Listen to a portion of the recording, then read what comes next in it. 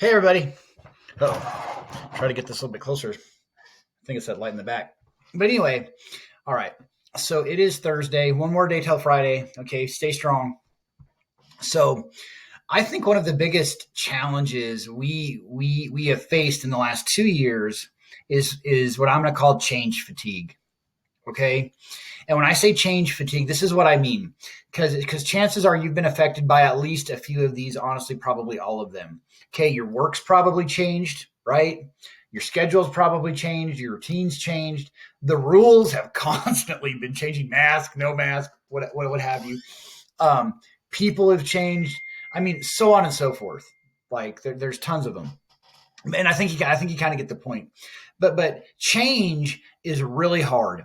And to top it all off, right? Most of us have been through a lot in a very short period of time in the last 2 years, right? COVID, everything shutting down, opening up, closing back down, working, virtually. I mean, it's just been crazy. And here's my thing. As a result, I think many of us have let our health and our fitness, and this is including me, okay, we've kind of let it fall a little bit to the wayside, if not completely. Okay. Now the good news is you have taken action. Okay, you're taking those first hard steps, but there are times when we don't feel like it, right?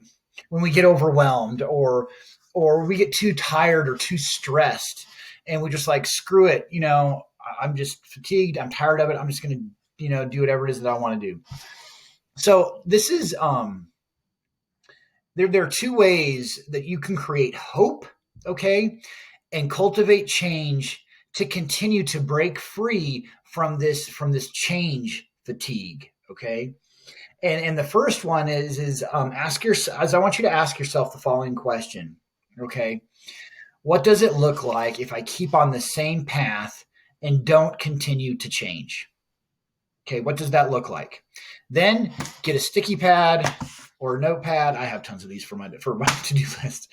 And then write down every single thing that will happen if you don't continue to change. If you stay the same, is it going to get worse? Well, it's going to get worse. How is it going to get worse? What's it going to keep you from? List those out. And then I want you to think, and honestly, better yet, I want you to say the following and make it as real and alive as you possibly can. Because the more palpable it is, the more tangible it feels, the bigger impact it's going to give you, the more hope it's going to give you, and that will empower you more to change. Okay, to continue to change. And it's this. So you'll say, "Listen, Kellen, if you don't mind me saying, it's easier to stay the same than it is to change, especially since we have already been in this same position for the last however long you've been in this position, 6 months, 2 years, whatever. And I get it, Kellen. It's very difficult to suddenly get up and take that first hard step and change. But we both know that if you don't do this, we have to take this first hard step. But if you want to do this, we have to take this first hard step. We need to do something different so we get a different result compared to the last however many months, years it's been. We can't stay on that easier path, on this easier path. We must choose to take action. We must change. We must continue to change. Okay.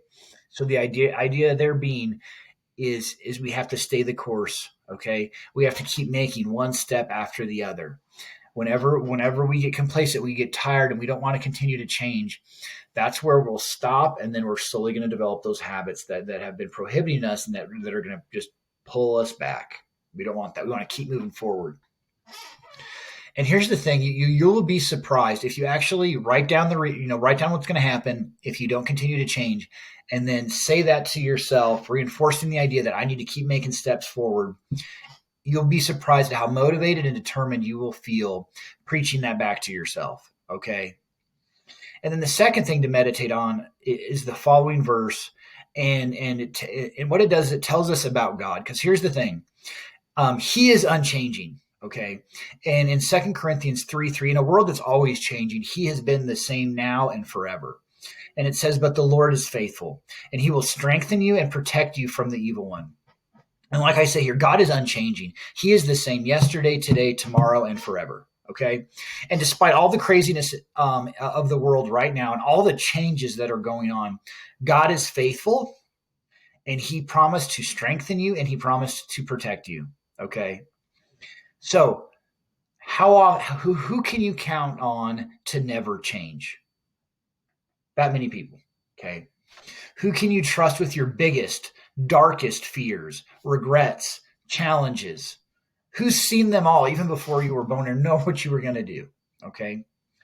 That person, that God man, is the immovable, unbreakable, and unchanging rock. Okay. The maker and sustainer of the universe. So if God is for you, no one or thing, whether it's your weight, your health, or otherwise, can stand against you.